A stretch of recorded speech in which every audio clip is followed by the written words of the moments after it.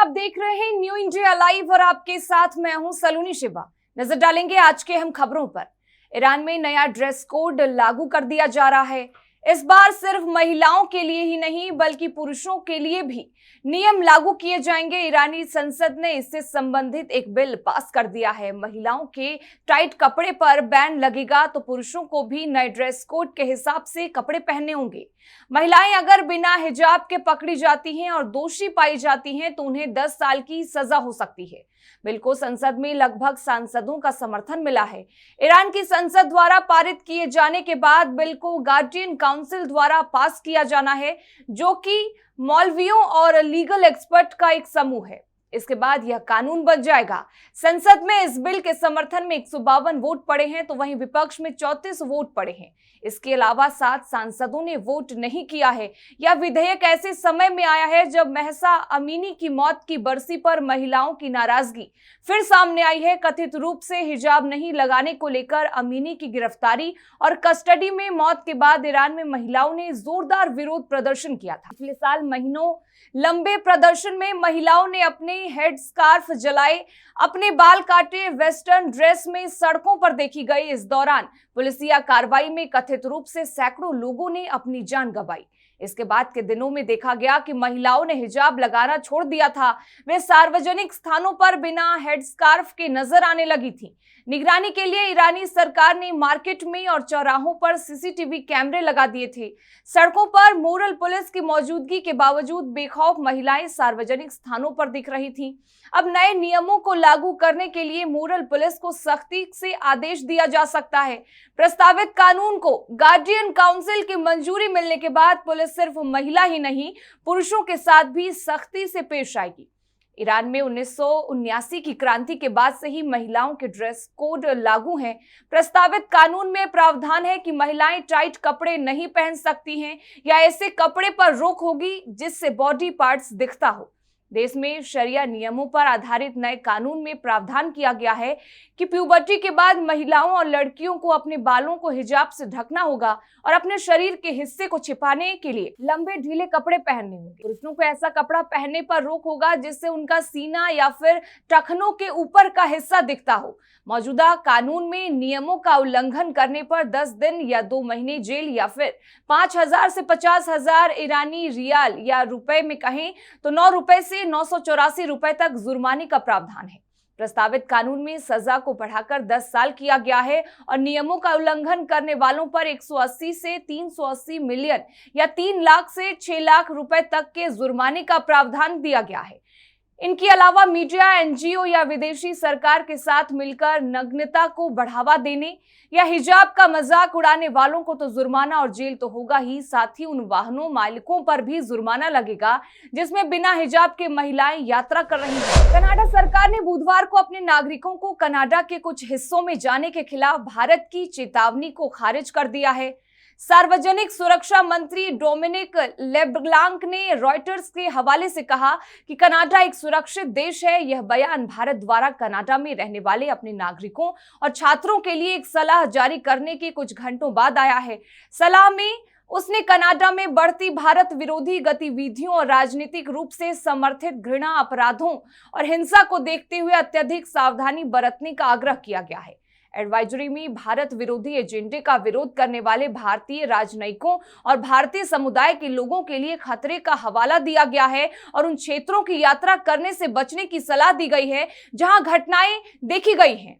भारत की चेतावनी कनाडा द्वारा भारत में अपने नागरिकों को दी गई सलाह के बाद दी गई। कनाडाई सरकार ने मंगलवार को अपने नागरिकों से उच्च स्तर की सावधानी बरतने का आग्रह किया था। इसमें कहा गया है कि कुछ सुरक्षा और सुरक्षा संबंधी चिंताएं हैं या स्थिति तेजी से बदल सकती है। हर समय बहुत सतर्क रहें, स्थानीय मीडिया पर नजर रखें और स्थानीय अधिकारियों के निर्देशों का पालन करें। दोनों देशों के बीच कूटनीतिक टकराव मंगलवार को तब शुरू हुआ जब कनाडा के प्रधानमंत्री जस्टिन ट्रूडो ने आरोप लगाया कि कनाडाई सुरक्षा एजेंसियों के पास विश्वसनीय सबूत हैं कि जून में सरे में खालिस्तानी आतंकवादी हरदीप सिंह निज्जर की हत्या में भारत सरकार के एजेंटों का हाथ था।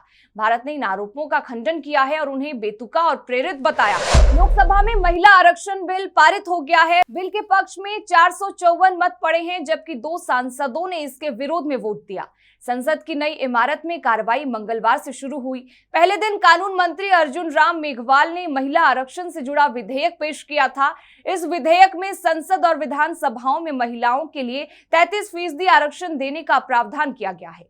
महिला आरक्षण के लिए पेश किया गया विधेयक 128वां संविधान संशोधन विधेयक है। इस कानून को लागू करने के लिए लोकसभा और राज्यसभा को इस विधेयक को 2/3 बहुमत से पास करना होगा। इसके बाद जनगणना के बाद परिसीमन की कवायद की जाएगी। परिसीमन में लोकसभा और विधानसभा क्षेत्रों की जनसंख्या के आंकड़ों के आधार पर सीमाएं तय की जाती हैं। पिछला देशव्यापी परिसीमन 2002 में हुआ था। इसे 2008 में लागू किया गया था। परिसीमन की प्रक्रिया पूरी होने पर लोकसभा और राज्यसभा विधानसभाओं के भंग होने के बाद महिला आरक्षण प्रभावी हो सकता है। दिल्ली के मुख्यमंत्री अरविंद केजरीवाल बुधवार को व्हाट्सएप चैनल से जुड़ गए हैं। व्हाट्सएप चैनल से जुड़ने के चंद घंटों में ही मुख्यमंत्री के 23,000 से अधिक फॉलोअर्स हो गए। व्हाट्सएप चैनल के जरिए दिल्ली ही नहीं बल्कि देश भर के लोग अब अरविंद केजरीवाल से सीधा संपर्क कर पाएंगे। सीएम केजरीवाल ने व्हाट्सएप चैनल पर जुड़ने की खुशी जाहिर की और दिल्ली और देश के लोगों को अधिक से अधिक संख्या में इस चैनल से जुड़ने की अपील की है। सीएम केजरीवाल ने अपने व्हाट्सएप चैनल पर रामेश्वरम की तीर्थ यात्रा पर गए दिल्ली के बुजुर्गों से मुलाकात की कुछ तस्वीरें भी साझा की हैं। इन बुजुर्गों को दिल्ली सरकार ने अपने खर्चे पर तीर्थ यात्रा पर भेजा है। सीएम ने व्हाट्सएप चैनल से जुड़ने पर कहा कि इस चैनल के माध्यम से आपसे जुड़कर बेहद खुशी हुई। दिल्ली के मुख्यमंत्री अरविंद केजरीवाल ने व्हाट्सएप चैनल पर कहा कि दिल्ली सरकार की उपलब्धियों, नए कार्यक्रमों और अन्य जानकारियों के बारे में सूचना हासिल करने के लिए दिल्ली के लोग इस चैनल के साथ जुड़े रहें। हम दिल्ली को एक ऐसा शहर बनाने की दिशा में काम कर रहे हैं जिस पर हर भारतीय को गर्व हो सके। उन्होंने आगे कहा कि पिछले ही हफ्ते उन्होंने 780 बुजुर्गों को मुख्यमंत्री तीर्थ यात्रा योजना के तहत श्री रामेश्वरम के दर्शन के लिए भेजा है। जाने से पहले खुद सभी बुजुर्गों से मिला, उनका प्यार मिला। सीएम केजरीवाल ने दिल्ली समेत सभी देशवासियों से कहा कि वे इस चैनल को अपने दोस्तों और परिवारजनों के साथ साझा करें और उन्हें सब्सक्राइब करने के लिए। मध्य प्रदेश के मुख्यमंत्री शिवराज सिंह चौहान ने मुख्यमंत्री कृषक मित्र योजना को लॉन्च कर दिया है। इस योजना में उन्होंने प्रदेश में पूर्व की कमलनाथ सरकार पर कड़ा निशाना भी साधा है। मुख्यमंत्री शिवराज ने कहा कि कमलनाथ जब मुख्यमंत्री बने थे तब उन्होंने किसानों के हित की उस योजना को बंद कर दिया था जिसे हमने शुरू किया था।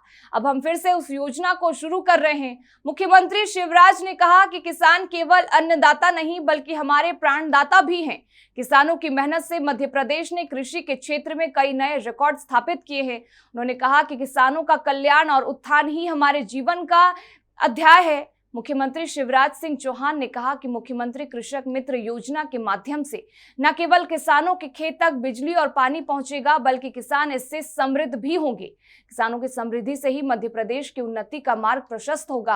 उन्होंने कहा कि प्रत्येक किसान और समृद्ध और खुशहाल हो, यही हमारा प्रयास है। मुख्यमंत्री शिवराज ने बुधवार को कुशाभाऊ ठाकरे कन्वेंशन हॉल में इस योजना के बारे में जानकारी दी। उन्होंने कहा कि इसके तहत हरदा जिले की किसान नमिता का ऑनलाइन फॉर्म भरवाकर योजना का औपचारिक शुभारंभ किया गया है। मुख्यमंत्री ने इस अवसर पर किसानों को सभी तरह की चिंताओं से मुक्त रहने का आश्वासन भी दिया है। सीएम शिवराज ने कहा कि प्रदेश में जहां कहीं भी कम बारिश के चलते फसलों को नुकसान हुआ है वहां हमने सर्वे के निर्देश दे दिए हैं। उन्होंने कहा कि किसानों के नुकसान की भरपाई की जाएगी। मुख्यमंत्री ने कहा कि एक समय था जब मध्य प्रदेश में बिजली का कुल उत्पादन 2900 मेगावाट हुआ करता था, लेकिन अब इसे बढ़ाकर हमने 29,000 मेगावाट किया। चुनावी साल से गुजर रहे मध्य प्रदेश में बीजेपी के नेता बेलगाम होते जा रहे हैं। सीधी में पेशाब कांड का मामला भी थमा भी नहीं कि बीजेपी के एक नेता द्वारा अनूपपुर में एक आदिवासी युवक की चप्पलों से पिटाई का मामला सामने आया है। यह वारदात बीजेपी युवा मोर्चा ग्रामीण के मंडल अध्यक्ष जय गणेश दीक्षित ने अंजाम दिया है। घटना का एक वीडियो भी सोशल मीडिया में वायरल हो रहा है। इसमें साफ नजर आ रहा है कि पास में एक युवक का शव पड़ा है और बीजेपी नेता इस मृत व्यक्ति के साथी को चप्पल से पीट रहे हैं। फिलहाल इस संबंध में अनूपपुर कोतवाली में मुकदमा दर्ज कर लिया गया है। पुलिस मामले की जांच कर रही है। जानकारी के मुताबिक घटना अनूपपुर अमरकंटक मुख्य मार्ग पर ग्राम जुमड़ी के पास का है। पुलिस के मुताबिक जुमड़ी का रहने वाला बरनू सिंह गोंड राजेंद्र ग्राम से बाइक पर सवार होकर अनूपपुर की ओर जा रहा था। उसके साथ बाइक पर उसका साथी भूमा सिंह भी बैठा था। अभी इनकी बाइक थोड़ी दूर ही चली थी कि सामने से मुर्गी लौट कर आ रही तेज रफ्तार पिकअप ने इन्हें टक्कर मार दी। इस घटना में भोमा सिंह के सिर में चोट लगी और मौके पर ही उसकी मौत हो गई। बन्नू सिंह को भी काफी चोट आई थी। इस एक्सीडेंट के बाद मौके पर ग्रामीणों की भीड़ जमा हो गई। लोग पिकअप चालक को दोषी बताने लगे। इतने में बीजेपी मंडल अध्यक्ष गणेश दीक्षित मौके पर पहुंचे और चप्पल निकालकर बन्नू सिंह गोंद को पीटने लगे। मौके पर मौजूद किसी ग्रामीण ने ही उस पूरी घटना का वीडियो बना लिया। यह वीडियो थोड़ी देर बाद सोशल मीडिया में वायरल होने लगा।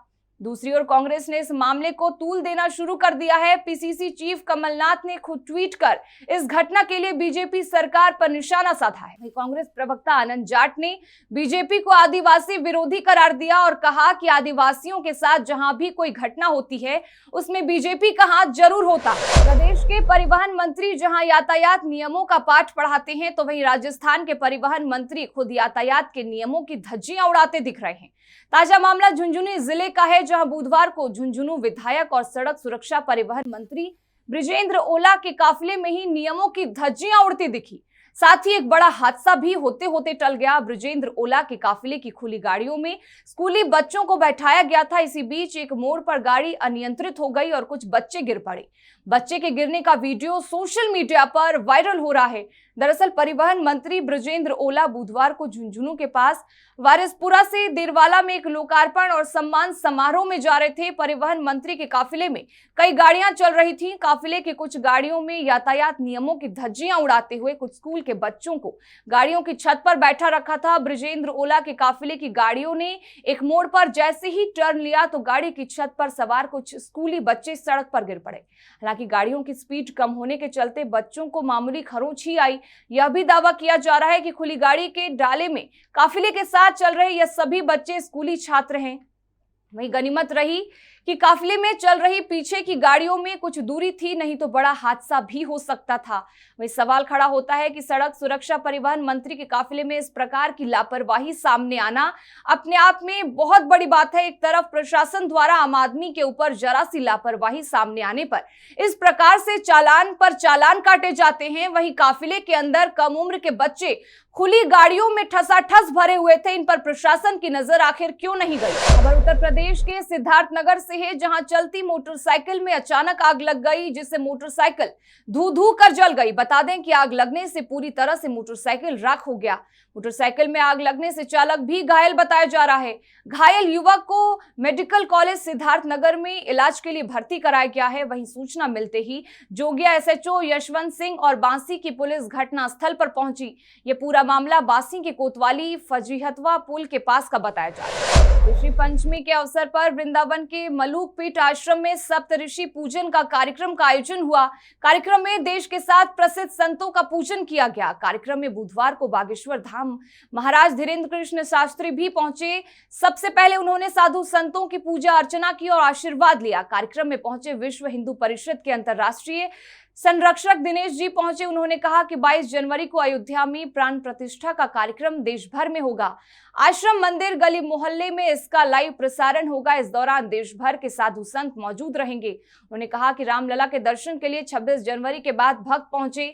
देश के हर व्यक्ति को 26 जनवरी से 16 फरवरी तक भ्रमण कराया जाएगा। उन्होंने कहा कि पूरा मंदिर 1.5 से 2 साल में बनकर तैयार हो जाएगा। फर्स्ट फ्लोर और 165 फीट का शिखर बनना बाकी रह गया है। पूरा मंदिर 1.5 से 2 साल में बनकर तैयार हो जाएगा। साथ ही इस दौरान उन्होंने और क्या कुछ कहा, आइए आपको सुनाते हैं। नार्यस्तु पूज्यन्ते रमन्ते तत्र देवता। हमारे शास्त्र अध्यात्म शास्त्र भी नारियों की पूजा की प्रधानता कहते हैं और यह कार्य अनुकरणीय है। राष्ट्र हित में जो भी बिल पास हो सभी स्वागत हैं। यूपी के जनपद अमरोहा भाजपा जिला अध्यक्ष का हसनपुर ब्लॉक प्रमुख राजेंद्र सिंह खड़गवंशी के आवास पर फूल डालकर भव्य स्वागत किया गया। बता दें कि भाजपा के नवनियुक्त जिला अध्यक्ष उदयगिरी ने स्वागत समारोह के दौरान बताया कि जो लोग नए पुराने हैं सबको एक साथ लेकर चलना है। कुछ कार्यकर्ता ऐसे भी हैं जो पुराने जो घर पर बैठे हैं उन्हें भी जगाना शुरू कर दिया गया है और वह लोग काम पर भी लगा दिए गए हैं। जो मैंने रामकिशोर को वेंकटेश्वरा यूनिवर्सिटी भेजा था और वह काम पर भी लग गए हैं। मीडिया के सवाल पर कहा कि गुटबाजी का थर्मामीटर अब 0 पर आ गया है, कोई गुटबाजी नहीं है। भारतीय जनता पार्टी ने जो हमें पद दिया उससे सब लोग संतुष्ट हैं। भारतीय जनता पार्टी के छोटे बड़े सभी कार्यकर्ता मेरे घर पर बधाई देने आ गए हैं।